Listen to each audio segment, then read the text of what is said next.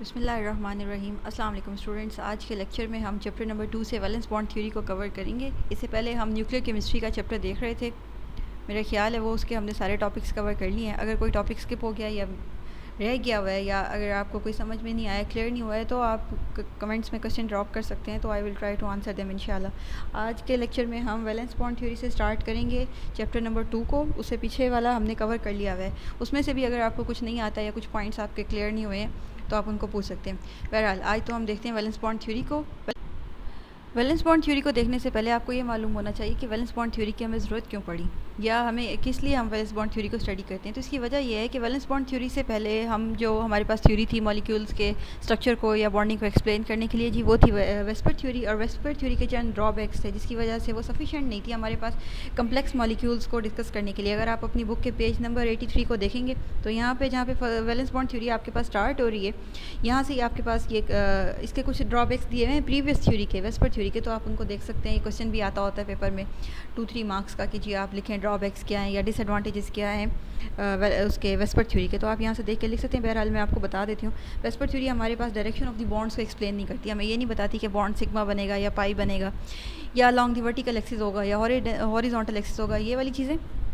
इसके अलावा आपके पास बॉन्ड एनर्जीज़ और बॉन्ड लेंथ वाली चीज़ों को भी हमारे पास वेस्पर थ्योरी जो है वो एक्सप्लेन नहीं करती थी। और इसके अलावा कम्प्लेक्स मॉलिक्यूल्स का जो स्ट्रक्चर था उसको भी एक्सप्लेन करने के लिए जो अब आपकी वेस्पर थ्योरी है वो इनसफिशेंट थी। इसके लिए हमें एक न्यू थ्योरी की यानी कि ज़रूरत पड़ी थी और वो है valence bond theory. Valence bond theory किसने डिस्कवर की थी आपकी बुक में लिखा हुआ है, या आपने मुझे देख के बताना है कि ये किसने डिस्कवर की थी। मैं इसलिए बोल रही हूँ ताकि आप बुक खोल लें कम से कम और उसमें देखें कि क्या लिखा हुआ है। अगर आपको मिल जाता है तो एक्सीलेंट, नहीं मिलता है तो आप मुझे कहीं बताएंगे कि हमें नहीं मिला है, तो फिर मैं आपको बता दूंगी किसने डिस्कवर की थी। आपको पता होना चाहिए। ईयर्स याद करने की ज़रूरत नहीं है आपको, लेकिन एट द वेरी लीस्ट आपको साइंटिस्ट के नेम तो आने चाहिए कि जिसने कोई थ्योरी डिस्कवर की है। बहरहाल अगर आप अपनी कोर्स बुक में देखेंगे तो आपको मिल जाएगा, मेरा ख्याल है। अच्छा जी, उसके बाद हम देखते हैं कि वैलेंस बॉन्ड थ्योरी आपके पास क्या है। वैलेंस बॉन्ड थ्योरी बेसिकली हमारे पास ये होती है कि जो आपके पास वैलेंस ऑर्बिटल्स होते हैं एटम्स के, the atoms can be similar and different. Atoms मुख्तलिफ भी हो सकते हैं, एक जैसे भी हो सकते हैं। उनके जो वैलेंस ऑर्बिटल्स होते हैं उनको हाफ फिल होना चाहिए। उसके बाद उनकी जो ओवरलैपिंग होती है, उनकी ओवरलैपिंग से आपके पास बॉन्ड फॉर्मेशन होती है। इस थ्योरी को हम कहते हैं वैलेंस बॉन्ड थ्योरी, यानी कि आपके पास bond formation between the two atoms due to the overlapping of their valence half filled orbitals. आपके पास डिफरेंट एटम्स के वैलेंस ऑर्बिटल्स जो कि हाफ फिल्ड होने चाहिए, जब ओवरलैपिंग करते हैं तो इस तरह दो एटम्स के दरमियान में बॉन्डिंग होती है। तो इस चीज़ को हम वैलेंस बॉन्ड थ्योरी कहते हैं। जो मैंने बोला है इसकी सिंपल एग्जांपल समझने के लिए आप ये साथ में जो आपको राइट साइड पे फिगर दी गई है इसको देखिए। यहाँ पे आपको 2 हाइड्रोजन के एटम दिए गए हैं। जैसा कि आपको मालूम है कि हाइड्रोजन का एटॉमिक नंबर होता है 1, तो इसका मतलब ये है कि इसके आउटर मोस्ट ऑर्बिटल में एक इलेक्ट्रॉन होगा जो कि ऐसा ऑर्बिटल होता है, और ऐसा ऑर्बिटल में मैक्सिमम 2 इलेक्ट्रॉन आ सकते हैं। क्योंकि इसमें 1 है तो डेफिनेटली हाफ फील्ड है। जब अब आप सेंटर में देख रहे हैं कि जब आपके पास 2 हाइड्रोजन जो कि दोनों जिनके आउटर मोस्ट ऑर्बिटल्स जो हैं वो हाफ फील्ड हैं, जब वो दोनों आपस में कंबाइन करते हैं तो आपके पास दोनों के दरमियान में बॉन्डिंग हो जाती है और हाइड्रोजन का मॉलिक्यूल H2 बनता है जो कि एक आपके पास वैलेंस बॉन्ड है। यहाँ पे आपने ये ख्याल रखना है, जैसे हम वेस्पर थ्योरी में कहते थे कि इलेक्ट्रॉन्स अपने आउटर मोस्ट इलेक्ट्रॉन को शेयर करते हैं, बेसिकली तो ये आपको लग रहा होगा कि वही है, लेकिन वैलेंस बॉन्ड थ्योरी का कंसेप्ट ये है कि आपके पास यहाँ पे हाफ फिल्ड एटॉमिक ऑर्बिटल्स आपस में कंबाइन करते हैं और उसके अंदर एटम्स जो होते हैं वो डेफिनेटली है कि फिर वो आपस में एक दूसरे के साथ वो शेयर कर रहे होते हैं। तो बेसिकली यहाँ पे कम्बिनेशन ऑफ एटम्स होती है, जो आपके पास 2 ऑर्बिटल्स कंबाइन करें, एटॉमिक ऑर्बिटल्स, जब 2 आपके पास एक डिफरेंट एटम्स के आपस में कंबाइन करें, वैलेंस ऑर्बिटल्स सिर्फ कंबाइन करते हैं। इसके अलावा कि जितने ऑर्बिटल्स होते हैं वो वैलेंस बॉन्डिंग में शेयरिंग नहीं, वैलेंस बॉन्डिंग में वो पार्टिसिपेट नहीं करते हैं। तो आपने ये बात का ख्याल रखना है कि जब वैलेंस ऑर्बिटल्स किसी भी 2 एटम्स के आपस में कंबाइन करते हैं तो आपके पास उनके दरमियान में बॉन्ड फॉर्मेशन हो जाती है और एक नया स्ट्रक्चर बनता है। ये जब आपके पास 2 वैलेंस ऑर्बिटल्स आपस में कंबाइन कर रहे होते हैं तो एक नए किस्म के ऑर्बिटल्स बनते हैं, इनको हम कहते हैं मॉलिक्यूलर ऑर्बिटल्स। ये जी आपने मॉलिक्यूलर ऑर्बिटल्स की आपको डेफिनेशन दी गई है, आपकी बुक में भी दी हुई है, आपको क्लियर होनी चाहिए क्या होती है। यानी कि आपके पास जब 2 हाफ फिल्ड वैलेंस ऑर्बिटल्स और atoms orbitals of different atoms will combine with each other, they result in the formation of the molecular orbitals, और इस तरह आपके पास एक किस्म का मॉलिक्यूल आता है। तो इस किस्म की थ्योरी को, और जिस ऐसे कंपाउंड्स जिनमें ऐसी थ्योरी जो सपोर्ट कर रही हो फॉर्मेशन ऑफ मॉलिक्यूलर ऑर्बिटल्स को, इसको हम वैलेंस बॉन्ड थ्योरी कहते हैं। तो ये मेरा ख्याल है यहाँ तक जो मैं बोल रही हूँ आपको समझ आ गई होगी। इस एग्जाम्पल यहाँ पे आपको एग्जांपल भी दी गई है कि हाइड्रोजन की कैसे मॉलिक्यूलर ऑर्बिटल्स की फॉर्मेशन होती है। इसके अलावा आपने ये ख्याल रखना है कि आप जो आपके पास मॉलिक्यूलर ऑर्बिटल्स होते हैं ये आपके पास मॉलिक्यूल्स का स्ट्रक्चर एक्सप्लेन करते हैं क्वांटम मैकेनिक्स को यूज़ करते हुए। यहाँ पे आपके पास जो इलेक्ट्रॉन्स हैं वो सिर्फ किसी एक, अब जब मॉलिक्यूलर ऑर्बिटल आपके पास उसकी फॉर्मेशन हो गई है, अब वो जो इलेक्ट्रॉन्स हैं वो किसी एक एटम के नहीं रहे। इलेक्ट्रॉन्स जो हैं वो अपनी आइडेंटिटी जो है वो, उनकी जो आइडेंटिटी है वो वैनिश हो जाती है, ख़त्म हो जाती है, कि आपको ये नहीं पता चल सकता है कि अब ये वाला इलेक्ट्रॉन कौन से एटम का था और ये वाला इलेक्ट्रॉन कौन से एटम का था। लेकिन जो एटॉमिक ऑर्बिटल्स होते हैं वो अपनी आइडेंटिटी को मेंटेन रखते हैं। तो आपने इस बात का ख्याल रखना है, दोनों बातों में डिफरेंस है। वैलेंस बॉन्ड थ्योरी में आपके पास जितने भी इलेक्ट्रॉन्स होते हैं वो अपनी आइडेंटिटी को मेंटेन नहीं रख सकते, क्योंकि सिमिलर होते हैं, एक जैसे होते हैं और मिक्स हो जाते हैं जबकि मॉलिक्यूलर ऑर्बिटल की फॉर्मेशन होती है। लेकिन जो एटॉमिक ऑर्बिटल्स होते हैं वो अपनी आइडेंटिटी को रिटेन करते हैं। ये एक मेजर पॉस्टुलेट है वैलेंस थ्योरी का। हम कुछ पॉस्टुलेट्स देख लेते हैं वैलेंस बॉन्ड थ्योरी के, बाकी के आप जी अपनी बुक्स में से नोट्स बना लें, क्योंकि वैलेंस बॉन्ड थ्योरी के अगर पॉस्टुलेट्स पे क्वेश्चन आता है तो आपको तकरीबन 3-4 मार्क्स का आएगा पेपर में। तो उसमें आप जाहिर सी बात है 3-4 पॉस्टुलेट्स लिखेंगे तो आपको 3-4 मार्क्स मिलेंगे। बहरहाल यहाँ पे मैंने कुछ मेजर कवर किए हैं, उनको हम देख लेते हैं। जी आपके पास मेजर इसके एग्जाम्पशन यही है जो मैं अभी भी आपको बता चुकी हूँ कि जब मॉलिक्यूल्स आपस की फॉर्मेशन होती है तो जो एटम्स की इंडिविजुअल आइडेंटिटी होती है वो ख़त्म नहीं होती है, लेकिन इलेक्ट्रॉन्स की हो जाती है। बी वेरी केयरफुल, दोनों बातों में फ़र्क है। जब आपके पास दो इलेक्ट्रॉन्स के दरमियान, दो एटम्स के दरमियान इंटरेक्शन होता है और उन दोनों के एटॉमिक ऑर्बिटल्स की ओवरलैपिंग होती है, तो आपके पास जो मॉलिक्यूलर ऑर्बिटल की, जो मॉलिक्यूल की फॉर्मेशन होती है उसके अंदर एटम्स की इंडिविजुअल आइडेंटिटी जो है वो रिटेन रहती है, वैसी की वैसी रहती है। लेकिन जो इलेक्ट्रॉन्स की आइडेंटिटी है वो ख़त्म हो जाती है। तो be very careful about that. ये यहाँ पे लिखा हुआ है, आपकी बुक में भी ये बात लिखी हुई है। पेज नंबर आप जब 84 देखेंगे तो उसमें आपको ये पॉइंट्स मिल जाएंगे।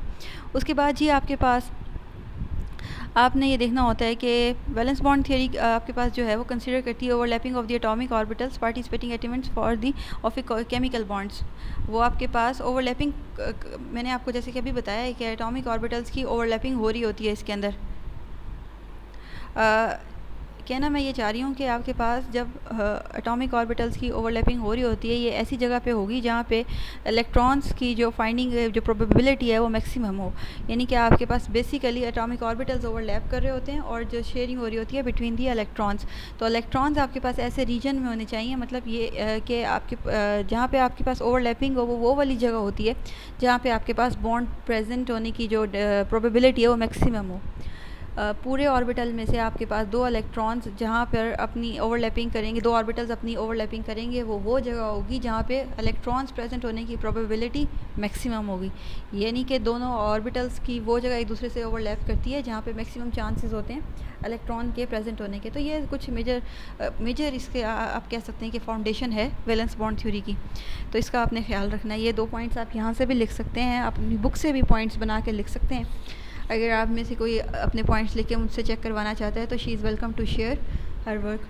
अच्छा जी, अच्छा कुछ कंडीशंस हैं आपके पास वैलेंस बॉन्ड थ्योरी की जो कि सेटिस्फाई होनी चाहिए। अगर आप वैलेंस बॉन्ड थ्योरी को स्टडी करने लगे हैं तो हम 1 बाय 1 उन कंडीशंस को देख लेते हैं कि ये कौन सी कंडीशंस हैं। अगर ये कंडीशन सेटिस्फाई होंगी तो हम कहेंगे कि जी यहाँ पे आप वैलेंस बॉन्ड थ्योरी अप्लाई कर सकते हैं या आपके पास वैलेंस बॉन्ड थ्योरी अप्लाई हो सकती है। उसको देखने से पहले आप यही वाली फिगर दोबारा देखें जो हमने पहले देखी थी। इसमें आप देख सकते हैं कि हाफ फील्ड ऑर्बिटल्स जो हैं वैलेंस ऑर्बिटल्स हाइड्रोजन एटम के वापस में दोनों कंबाइन करें और आपके पास रिजल्ट करें in the formation of the molecular orbitals, यानी कि या फिर आप कह सकते हैं कि in the formation of the valence bond. तो सबसे पहले हम पोस्टुलेट ये देख लेते हैं, ये जो कि हमने इस फिगर से ही डिस्कवर किया है या जो अब तक हमने पढ़ा है कि आपके पास जितने भी एटॉमिक ऑर्बिटल्स हैं उनकी जो ओवरलैपिंग है वो हाफ फील्ड ऑर्बिटल्स होने चाहिए। जितने भी आपके पास एटॉमिक ऑर्बिटल्स हैं जिनकी ओवरलैपिंग हो रही है वैलेंस बॉन्ड थ्योरी में, वो ऑर्बिटल्स जो हैं वो हाफ फील्ड होने चाहिए। और एक मेजर पॉइंट ये है कि वो वैलेंस होने चाहिए, आउटर मोस्ट होने चाहिए। इसके अलावा वाले ऑर्बिटल्स आपके पास आमतौर पर कंबाइन नहीं करते हैं। उसके बाद ये सेकंड बात ये है कि आपके पास जो ऑर्बिटल्स हैं वो अपनी जो आइडेंटिटी है उसको मेंटेन रखते हैं। मतलब ये कि अगर आपके पास 2s ऑर्बिटल्स कंबाइन कर रहे हैं तो जो रिजल्टेंट ऑर्बिटल होगा वो भी आपके पास 2s ऑर्बिटल्स आएंगे। ये ऐसे नहीं होता जैसे कि हाइब्रिडाइजेशन में होता है। वहाँ पे फॉर एग्जांपल अगर आपके पास एक s और 2 p ऑर्बिटल्स कंबाइन करें आपस में तो आपके पास जो रिजल्टेंट ऑर्बिटल आता है वो sp2 होता है। वो अपनी आइडेंटिटी ख़त्म कर देता है और एक नया ऑर्बिटल आपके पास आ जाता है। वैलेंस बॉन्ड थ्योरी में ऐसा नहीं होता। आपके पास जो ऑर्बिटल कंबाइन करते हैं वो अपनी आइडेंटिटी को मेनटेन रखते हैं। नेक्स्ट में जी ये आपके पास कि जो मॉलिक्यूल्स जिनके एटॉमिक ऑर्बिटल्स एटम्स जिनके एटॉमिक ऑर्बिटल्स आपस में कंबाइन कर रहे हैं वो सफिशिएंटली क्लोज होने चाहिए, एक दूसरे के करीब होने चाहिए। उनकी जो रिपल्सिव फोर्सेस हैं उन दोनों के इतना वो एक दूसरे के करीब हों कि वो उन दोनों रिपल्सिव फोर्सेस को ओवरकम कर लें और एक सफिशिएंट कॉम्प्रोमाइज़ डिस्टेंस जो है उसको मेंटेन कर लें अपने सेंटर में, जिसको हम आम तौर पे बॉन्ड लेंथ भी कहते हैं। बहरहाल सिंपली आप ये कह सकते हैं कि वो एक दूसरे के सफिशिएंटली क्लोज होने चाहिए, तब आपके पास मॉलिक्यूलर ऑर्बिटल फॉर्मेशन पॉसिबल है। लास्ट में जी हमारे पास ये बात है कि आपके पास जो डायरेक्शन है, अलाइनमेंट है एटॉमिक ऑर्बिटल्स की, वो सही होनी चाहिए, क्लियर होनी चाहिए। जो उनकी एटॉमिक ऑर्बिटल्स है उनकी डायरेक्शन एक दूसरे की तरफ बिल्कुल सही होनी चाहिए, अदरवाइज़ आपके पास मॉलिक्यूलर बॉन्ड फॉर्मेशन जो है वो नहीं होगी। अच्छा जी, उसके बाद आपकी बुक ने एग्जांपल दी हुई है पेज नंबर 84 पर हाइड्रोजन की, जहाँ पे उन्होंने ये फिगर भी दी हुई है इस किस्म की या इससे मिलती जुलती, इसको एक्सप्लेन किया हुआ है। मेरा ख्याल है इसको हम नेक्स्ट लेक्चर में डिस्कस कर लेंगे। हाइड्रोजन का जितना भी ये काम दिया हुआ है इन्होंने पेज नंबर 84 एंड 85 पे, इसमें हाइड्रोजन का वेव फंक्शन डिस्कस किया हुआ है और इस डायग्राम को डिस्कस किया हुआ है। आप एक बार इसकी प्रायर रीडिंग कर लीजिएगा नेक्स्ट लेक्चर से पहले, यानी कि नेक्स्ट लेक्चर को देखने से पहले इस दोनों पेजेस को एक नज़र पढ़ लीजिएगा। उसके बाद इंशाल्लाह मैं आपको एक्सप्लेन कर दूँगी। बहरहाल ये है तो बहुत इजी है, सेकंड ईयर में भी था, फिर भी हम इसको देख लेंगे नेक्स्ट लेक्चर में।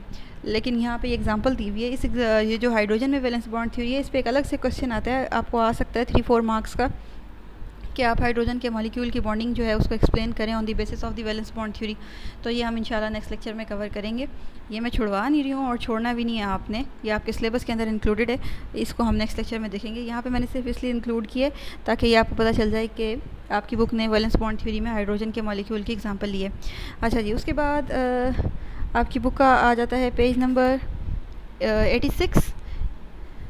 86 तक जी आपके पास। उसके बाद है लास्ट में, क्योंकि हम वैलेंस बॉन्ड थ्योरी पढ़ रहे हैं तो वैलेंस बॉन्ड थ्योरी एक्सप्लेन करते सिग्मा एंड पाई बॉन्ड। तो सिग्मा एंड पाई बॉन्ड का इंपॉर्टेंट है, वैलेंस बॉन्ड थ्योरी इनकी फॉर्मेशन को एक्सप्लेन करती है। आपको इनकी डेफिनेशन आनी चाहिए, आपको ये पता होना चाहिए कौन से ऑर्बिटल्स जो हैं वो सिग्मा बॉन्डिंग शो करते हैं, कौन से ऑर्बिटल्स जो हैं वो पाई बॉन्डिंग शो करते हैं। अगर एक मॉलिक्यूल का स्ट्रक्चर दिया हुआ है तो आपको पता होना चाहिए उसमें से सिग्मा बॉन्ड कौन सा होता है, पाई बॉन्ड कौन सा होता है। ये पहले मैं आपको क्लियर कर देती हूँ सिग्मा बॉन्ड और पाई बॉन्ड में फ़र्क क्या है, फिर मैं उसके बाद आपको एक छोटा सा कोई एग्जाम्पल से क्लियर कर दूँगी कि अगर कोई मॉलिक्यूल ऐसे आ जाए आपके पास तो आपको पता होना चाहिए कि उसमें सिग्मा बॉन्ड कौन सा है और पाई बॉन्ड कौन सा है। अच्छा जी, तो सिग्मा बॉन्ड आपके पास जो होते हैं वो नॉर्मली वो मॉलिक्यूल्स होते हैं, नॉर्मली वो ऑर्बिटल्स शो करते हैं जिनमें आपके पास हॉरिजॉन्टल ओवरलैपिंग होती है, यानी कि हेड ऑन ओवरलैपिंग होती है, बिल्कुल आमने सामने से होती है। फॉर एग्जांपल ये आप देख रहे हैं, ये दो बॉन्ड हैं, दो एटम्स हैं, उनके अंदर सिग्मा बॉन्डिंग है। ये आपके पास एक एस ऑर्बिटल आ रहा है और एक पी ऑर्बिटल आ रहा है, तो इनके दरमियान में हॉरिजॉन्टल ओवरलैपिंग हुई है। इसी तरह पी एक्स ऑर्बिटल्स में भी आपके पास हॉरिजॉन्टल अगर ओवरलैपिंग हो तो हम कह सकते हैं कि जी आपके पास सिग्मा बॉन्ड है। इसी तरह अगर आपके पास एस और एस ऑर्बिटल के दरमियान में अगर बॉन्डिंग हो रही हो, ओवरलैपिंग हो रही हो, तो जी हम कह सकते हैं कि यहाँ पे इनमें सिग्मा बॉन्ड की जो है वो फॉर्मेशन पॉसिबल है।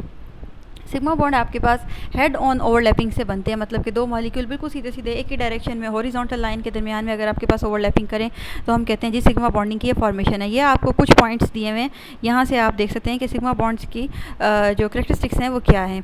Sigma electrons are referred as localised, मतलब ये कि ये लोकलाइज्ड होते हैं। लोकलाइज्ड और डी लोकलाइज्ड इलेक्ट्रॉन्स के दरमियान में फ़र्क ये होता है, जो लोकलाइज्ड इलेक्ट्रॉन्स होते हैं वो रिस्ट्रिक्टेड होते हैं, स्टे करते हैं between the nucleus of the both atoms, दोनों एटम्स के जो न्यूक्लियस होता है उसके दरमियान में रहते हैं, उससे आगे पीछे ऊपर नीचे मूव नहीं करते हैं। इस तरह के इलेक्ट्रॉन्स को हम कहते हैं लोकलाइज्ड इलेक्ट्रॉन्स, और जो मूव कर सकते हो, जो यानी कि न्यूक्लियस की जो दोनों एटम्स का न्यूक्लियस है उसके आगे पीछे बाहर जा सकते हो, तो इस तरह वाले एटम्स को हम कहते हैं कि जी ये आपके पास डी लोकलाइज्ड इलेक्ट्रॉन्स है। दूसरा जी आपके पास सिग्मा बॉन्ड्स क्योंकि बहुत ज़्यादा स्ट्रॉन्ग बॉन्डिंग होती है, जो डिस्टेंस होता है बिटवीन दी बॉन्डेड एटम्स वो बहुत कम होता है। अगर बॉन्डिंग स्ट्रॉन्ग हो तो बॉन्ड लेंथ कम होती है, और अगर बॉन्ड लेंथ कम होती है तो जो बॉन्ड एनर्जी होती है वो बहुत ज़्यादा होती है। बॉन्ड एनर्जी ज़्यादा हो तो आपके पास जो बॉन्ड्स हैं वो लेस रिएक्टिव होते हैं। इसके अलावा जी इनकी अपनी इंडिपेंडेंट एग्जिस्टेंस होती है, मतलब ये कि आपको पता चल रहा होता है कि यहाँ पे बॉन्ड जो है सिग्मा बॉन्डिंग हुई हुई है। इस तरह करके आप ये बाकी के वाले पॉइंट्स भी देख लीजिए। अगर आपको कुछ इसमें से समझ ना आए तो आप मुझसे पूछ सकते हैं, और अगर समझ आ जाए तो एक्सीलेंट। इसके अलावा आपको ये मैंने पहले बताया है कि आपको किस किस ऑर्बिटल्स जो हैं वो आपके पास सिग्मा बॉन्डिंग या सिग्मा ओवरलैपिंग शो करते हैं, तो आप दोबारा भी नोट कर सकते हैं। एस एस बॉन्ड ऑर्बिटल्स के दरमियान में आपके पास सिग्मा बॉन्डिंग होती है। इसके अलावा एस और पी एक्स ऑर्बिटल के दरमियान भी आपके पास सिग्मा बॉन्डिंग होती है। इसके अलावा पी एक्स और पी एक्स के दरमियान भी आपके पास सिग्मा बॉन्डिंग होती है। इसके अलावा जितने ऑर्बिटल्स हैं अगर वो ओवरलैपिंग करेंगे किसी भी तरीके से तो आपके पास पाई बॉन्डिंग आएगी। उसके बाद जी हम देख लेते हैं आपके पास पाई बॉन्डिंग क्या होती है। पाई बॉन्डिंग का कंसेप्ट भी कंपैरेटिवली सिमिलर है, लेकिन जैसे कि उसमें बॉन्ड फॉर्मेशन होती है, लेकिन उसमें आपके पास पैरेलल बॉन्डिंग होती है। पाई बॉन्ड्स के अंदर आपके पास पैरेलल ओवरलैपिंग होती है। जो दो मॉलिक्यूल्स हैं आपके पास वो हेड ऑन ओवरलैपिंग नहीं करते हैं बल्कि पैरेलल करते हैं। जैसे कि इस फिगर में आपको नज़र आ रहा है, मॉलिक्यूल्स ने ऊपर से कंबाइन किया और नीचे से कंबाइन किया, वैसे नहीं किया जैसे आपके पास सिग्मा बॉन्डिंग में कंबाइन करते हैं। तो वो पाई बॉन्डिंग में आपके पास या तो मॉलिक्यूल्स अबव द प्लेन आपस में रिएक्ट करते हैं या बिलो द प्लेन रिएक्ट करते हैं, और जबकि सिग्मा बॉन्डिंग में वो आपके पास एक ही लाइन में दोनों एक ही प्लेन में आपके पास ओवर करते हैं। यहाँ पे आपको डिफरेंट फिगर्स में दिखा रहे हैं कि जी आपके पास ओवरलैपिंग जो है वो पैरेलल होती है। पैरेलल फंक्शन में आपके पास, पैरेलल फैशन में आपके पास अगर ओवरलैपिंग हो रही हो तो इस तरह हमारे पास ही पाई बॉन्ड की फॉर्मेशन होती है। पाई बॉन्ड का जो इलेक्ट्रॉन्स होते हैं वो डीलोकलाइज्ड होते हैं, और जो बॉन्ड लेंथ होती है वो कंपैरेटिवली लार्जर होती है, इसलिए बॉन्ड एनर्जी कम होती है, इसलिए मॉलिक्यूल जो पाई बॉन्ड है वो मोर रिएक्टिव होता है, उसको तोड़ना, ब्रेक डाउन करना आसान होता है। इस तरह करके और बाकी कुछ पॉइंट्स लिखे हुए हैं, ये भी आप देख लीजिए और इन सबको आप पढ़ लीजिए, क्योंकि ये आपने पहले से पढ़े हुए हैं तो इसलिए मैं इनको फास्टली पास ऑन कर रही हूँ। अगर आपको फिर भी अगर आप इनको देख लीजिए, अगर आपको कुछ समझ में नहीं आया या कोई पॉइंट रह गया इस टॉपिक में से, या इसके अलावा पिछले किसी टॉपिक में से अगर कोई पॉइंट रह गया है तो आप उसको कमेंट्स में या व्हाट्सएप पे कहीं भी ड्रॉप कर दीजिए, तो I will try to answer इंशाल्लाह। थैंक यू सो मच जी, अल्लाह हाफिज़।